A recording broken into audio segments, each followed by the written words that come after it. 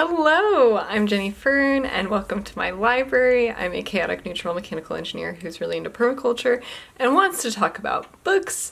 So let's talk about books. Today I have really wonderful weather and I want to get out into the garden and do some garden maintenance. It's also a 3-day weekend, so I'll have a little bit more time to work in the garden. So I thought it would be a really wonderful time to read some audiobooks. And what I've really been wanting to read is some of the books that I covered in the public domain video that I posted at the beginning of the year. So books that are public domain in the United States this year.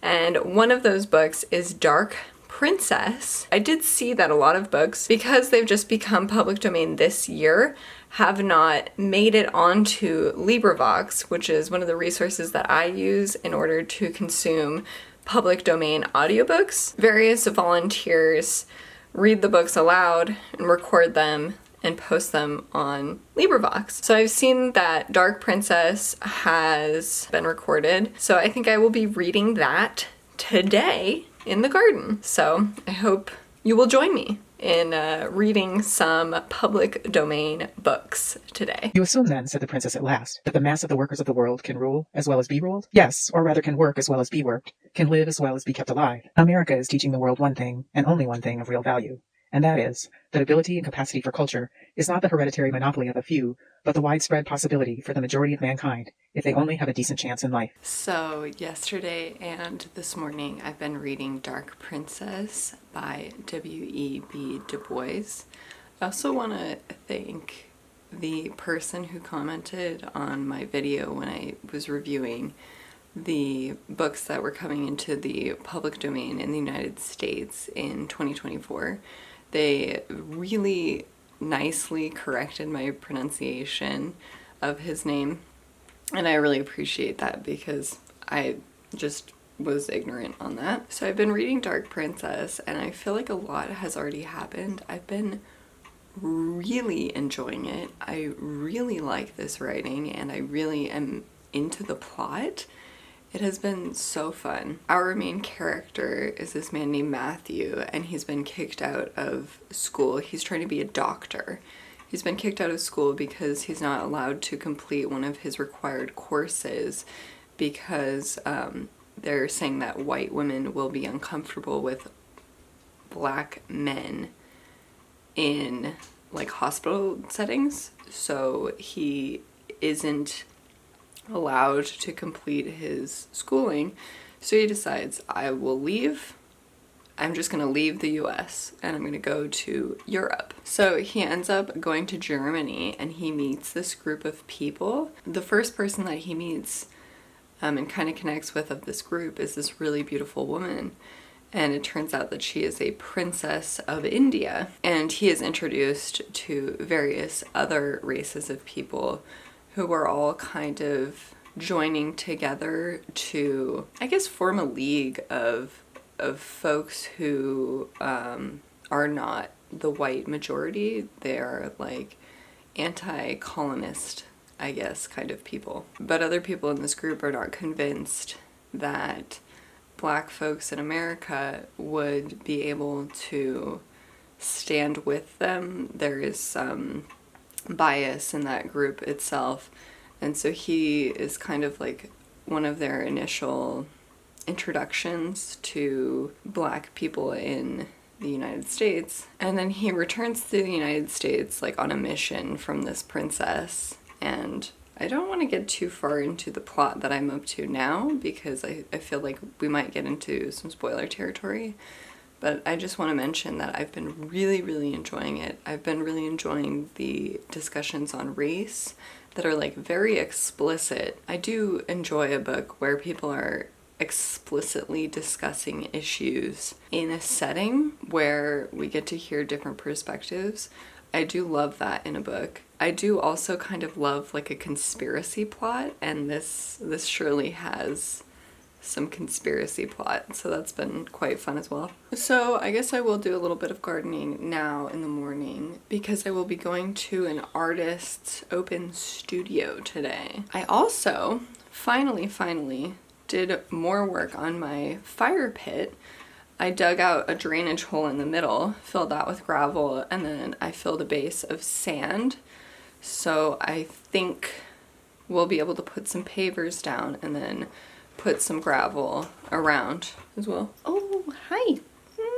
You mean that all luxury is built on a foundation of poverty? I mean that much of the costliest luxury is not only ugly and wasteful in itself, but deprives the mass of white men of decent homes, education, and reasonable enjoyment of life. And today, this squeezed middle white class is getting its luxuries and necessities by inflicting ignorance, slavery, poverty, and disease on the dark colonies of European and American imperialism. This is the new poverty, and the basis of armies, navies, and war in Nicaragua, the Balkans, Asia, and Africa. Without the starvation and toil of our dark fellows, you and I could not enjoy this.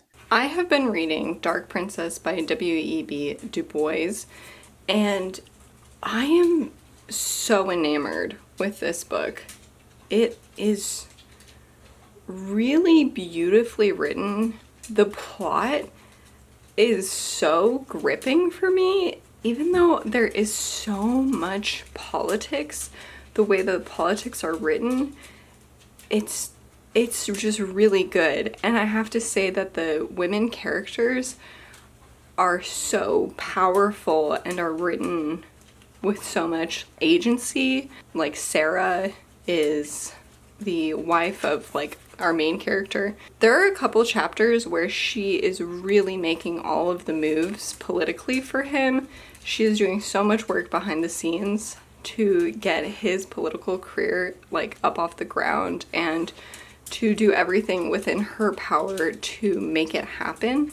She is shown as a character with so much of her own will. It's really impressive, I think, for that era that these women are written so well and so fleshed out. And there's also the Princess of India is also so fleshed out. She has like this whole backstory. She has all of her own thing going on. She's doing things off screen. She has like her whole own story going on. Every time Clove goes to drink water, I have to stop talking because the audio is going to be messed up. And then I take a bite of my chip, and then she stops drinking water because she wants a chip. You got the cutest little bug eyes, huh? So anyway, I've just really been having a great time with this story. Just when I was getting a little bit bogged down with the politics and like the local movement of trying to persuade this party to back the candidate and, you know, all of that stuff. Once I got a little bit bored of that, the story switches up. So far the pacing has been really good, that anytime I'm kind of a little bit stuck with how the story is progressing, it changes up in an organic way that I'm really compelled by. I don't actually know how close I am to finishing the book. I've just been enjoying the ride. I also love the conversations that these characters are having about like the state of things, about race relations, about classism. It's all been so fun to read. This is one of the better books that I've read this whole year. So good on every level. It has been a wonderful reading experience. While I've been reading this, because I'm listening to it through LibriVox, I've been gardening my little butt off. I've been planting all of these little cuttings that I've gotten to root out in the front garden. I've been watering, I've been trimming things down, and I also potted up.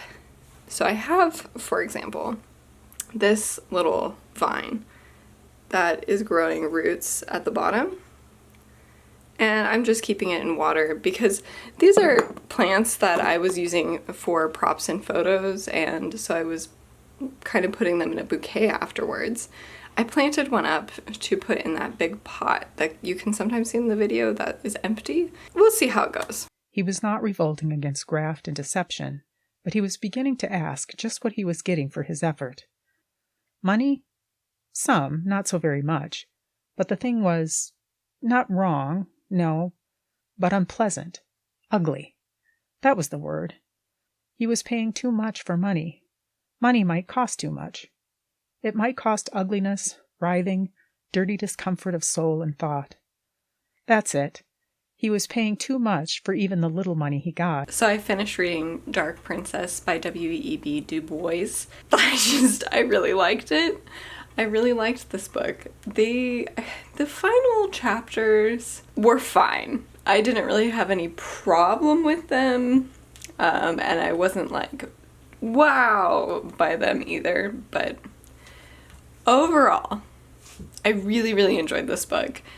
And to my absolute surprise, when I went to track that I had read this on Goodreads, I found that its average rating was quite low and that there were a lot of 1 and 2 star reviews. So there's 302 ratings, which isn't really a lot. And of those 302, it has a 3.36 star average. There's 21% 5-star, of which I am one, 24% 4-star, 29% 3-star, 19% 2-star, and 5% 1-star. So I can kind of relate to this critique. I really enjoyed the first half of the book, especially the start. It was really exciting, but I found it got really dense during the third quarter of the book. Lots of politics and back and forth. So that's kind of what I was talking about, where he has his wife Sarah and she's really doing a lot of political work. I actually really enjoyed that, but I did feel like it took me out of the story a little bit because we were really following her journey and not so much his journey, just because she was doing so much work for him. This person has a critique on the characters. I don't think the author did a good job on portraying the characters either. They don't seem real. They have their own problems, but they always tend to solve it in a rational way, which is not how people always solve their problems. Also, the way they express their love is way too dramatic, and I found it hard to believe. I didn't really find this the case at all. We were a little bit detached from them. I can totally understand that. We were kind of looking at our main character, Matthew, from this detached view, where we're kind of seeing the things that he does and the conversations that he's having. I feel like there was a lot of like really, really strong idealism in some of these characters, and then also some really strong pragmatism in other characters. I just thought it was so good. I genuinely am surprised at how low these ratings are. So this is a really well thought out 2-star review. I cannot for the life of me remember how the Indian princess's name is pronounced, so please forgive me. This book is also framed around a pretty flimsy premise. Just from its title, it was safe to assume that Matthew and Kayutla would end up together, to represent the merging of the Eastern and Western worlds and the rising up of non-white international community. Du Bois's exploration of Afro-Asian internationalism is pretty interesting, especially in his analysis of how Black Americans had to reckon with a material disposition that left them disadvantaged in international politics, even when not dealing with Europe or the US. But these moments of complexity are bogged down with endless pining from 2 rather unlikable characters who I guess are supposed to be the good guys, even though they are willing to throw away any semblance of social progress on some contrived notion of love. I just didn't really read their romance that much. I feel like the moments that were the longest and the most significant were those more political moments. And then there was this thread throughout the story of this obsession, this love. I feel like both of them have such an idealistic view of each other, and they are so involved in their own movements, and they're really doing their own thing for so much of the book. And in their chance meetings, in their intertwinings, then you get this like little tornado of like really idealized passion, and I don't know, I just really liked it. I really liked this book. Also saw so many criticisms of the language. I really enjoyed the language, even with it being so hyperbolic and so like lofty. The whole idea of this story, I think, is kind of extreme. Like, there's this league of non-white people, and there's all of these like conspiracies and political action and all of these really idealistic conversations, and having this really like romantic, flowery language. I think it all works together to create this like hyper, not realistic, but to create this story that is like above real life and is not realistic. It's not a realistic story, but there are elements of this that are so realistic. And like, we have this man who started out the story as like a man studying to be a doctor and being thwarted by racism that doesn't allow him to finish his schooling. We start with that level of a person, with that education, and he goes through so much of a journey that kind of where he's ending up, he's specifically and purposefully working as a laborer. It's just such an idealistic based story. It's not supposed to be realistic. I think it's supposed to be this lofty and idea based story, really, genuinely, and I just loved it so much. Should I read another book, do you think? Probably. I don't know what it is about this corner recently that is so dark. It must be like the angle of the sun, but there's a Gordon right here. He's on the cat tree, which is amazing because he's been so sick. And today, when I went to feed all the animals, he came out of the bedroom where we have been feeding him, and he meowed for food, which is insane. I haven't heard him meow in over a week. He seems to maybe be feeling better. The other day when we were giving him his subcutaneous fluids, he was like kind of resistant actually, which is different than how he'd been before. I just can't think that he's actually getting better because he was going through stage 4 kidney disease, and it just doesn't really seem like you can get better from that. But he's doing so well today, and I'm so happy for him. I'm gonna go out into the garden in a little bit. Here's the problem. I read Dark Princess. I loved Dark Princess. I ate that up. It was such a good book for me. So then I was like, of the books that I discussed in my public domain video, what is available on LibriVox currently? Because there are some of the other books that I'm really interested in, like Home to Harlem I'm really interested in, Strange Interlude, but what is available on LibriVox? Because I really want to listen to an audiobook. Orlando was available. The problem was I was playing Animal Crossing and Orlando was running through my little brain. I didn't understand like a single word of what was going on. All I heard was like very like ornate descriptions of like nature and like flowers.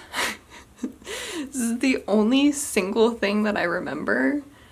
And so I don't know if that's a sign that this is not the book for me, or that I was just not registering any words at the moment that I was trying to read this book. And I get so excited about getting new fish to bring to my little guy Blathers, that I must have just been in my mind really excited about fish. Genuinely, I would rather read Strange Interlude at this point. Let me try to find if there are audiobooks available right now for for these things again because I just don't really think that I'm into Orlando right now. Also, I do want to show you what I'm looking at behind the camera because it's like so pretty.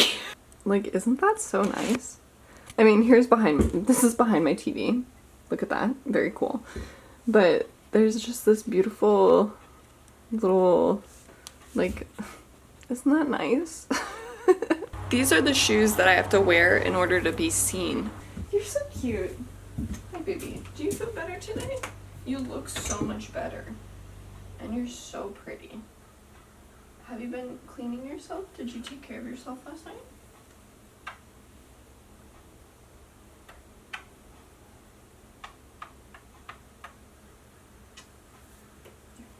I looked up audiobook of Strange Interlude, free, or whatever.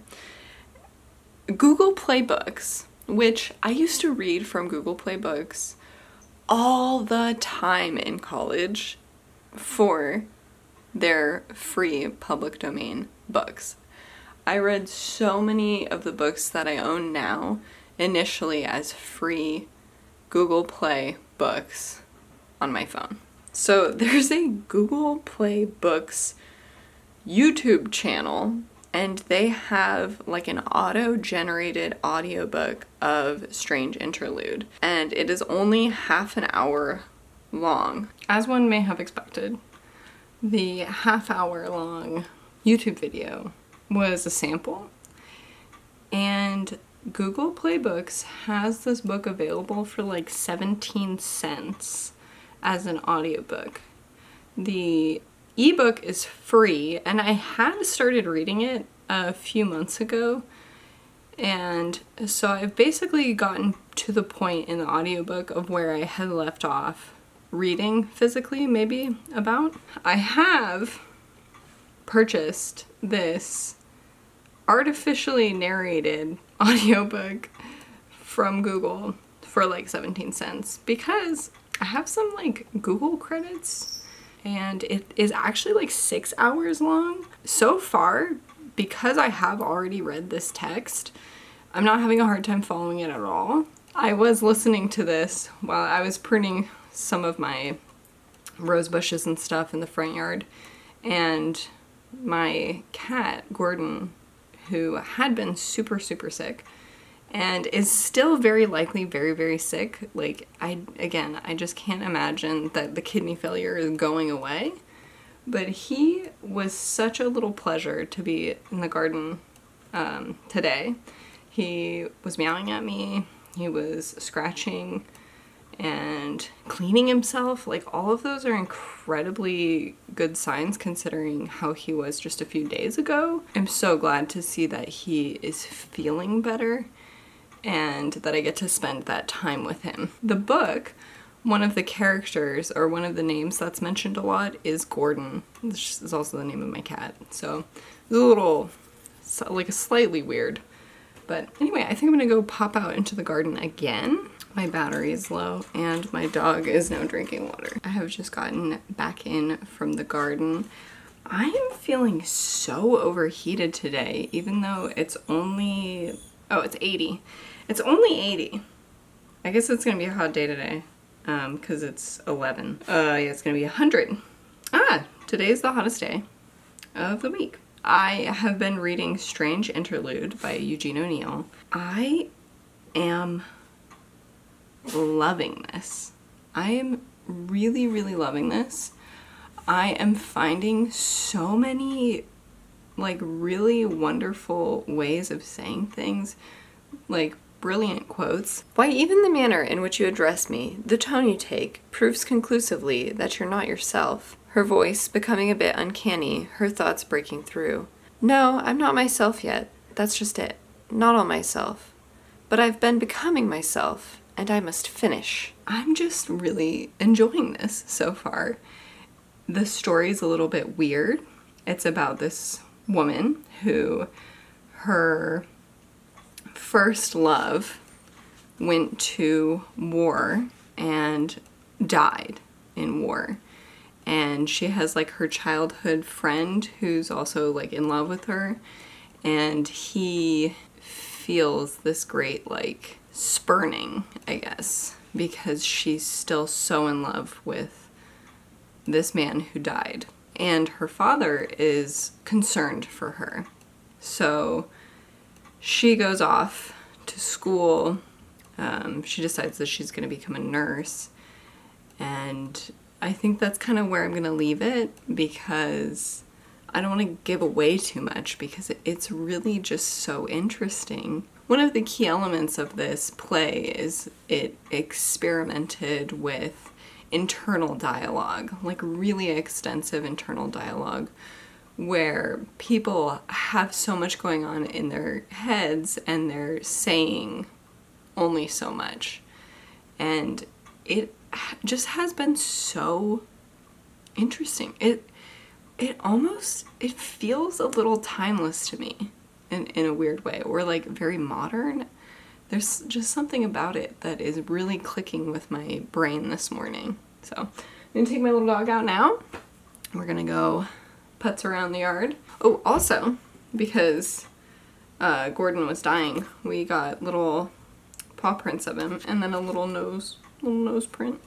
So anyway, he's a cute boy and I love him so much. It is the following morning and I've just finished reading Strange Interlude by Eugene O'Neill. This is quite a long play. It's about 6 hours. It mainly follows this woman named Nina throughout kind of a large portion of her life, and the men who are orbiting around her during her life. Some themes of like infidelity and promiscuity and like grief. Overall, I was so hooked into this story. I could not wait to know what happened next. Oh, I left my phone outside. 1 second. I literally left my phone out like on the front fence. And I also particularly really enjoyed Nina's thoughts about God. Do you know what I was doing upstairs? I was trying to pray. I tried hard to pray to the modern science God. I thought of a million light years to a spiral nebula, one other universe among innumerable others. But how could that God care about our trifling misery of death born of birth? I couldn't believe in him, and I wouldn't if I could. I'd rather imitate his indifference and prove I had that one trait, at least, in common. So yesterday, when I was about halfway through the book, I was talking to my husband about it and kind of the plot and different aspects that I really liked. And he was saying that it kind of reminded him of Poor Things, which I watched the first little bit of it, and then I was like, this is clearly not for me. I'm not going to be able to get over certain aspects of it. So I didn't watch the rest of it, but he did. So maybe. So I didn't watch that movie, and he didn't read this book. Maybe if you liked Poor Things, you might like Strange Interlude. I also loved, there's this scene where Nina goes to visit her mother-in-law, and I really enjoyed that whole act, I believe. Nina is like, there's something that feels off about this house, and what feels off about it is the absence of it being haunted. But to get back to this house, I feel it has lost its soul and grown resigned to doing without it. It isn't haunted by anything at all, and ghosts of some sort are the only normal life a house has, like our minds, you know. So although last evening, when we got here at first, I said, obviously haunted, to myself, now that I've spent one night in it, I know that whatever spooks there must once have been packed up their manifestations a long time ago and drifted away over the grass, wisps of mist between the apple trees, without one backward glance of regret or recollection.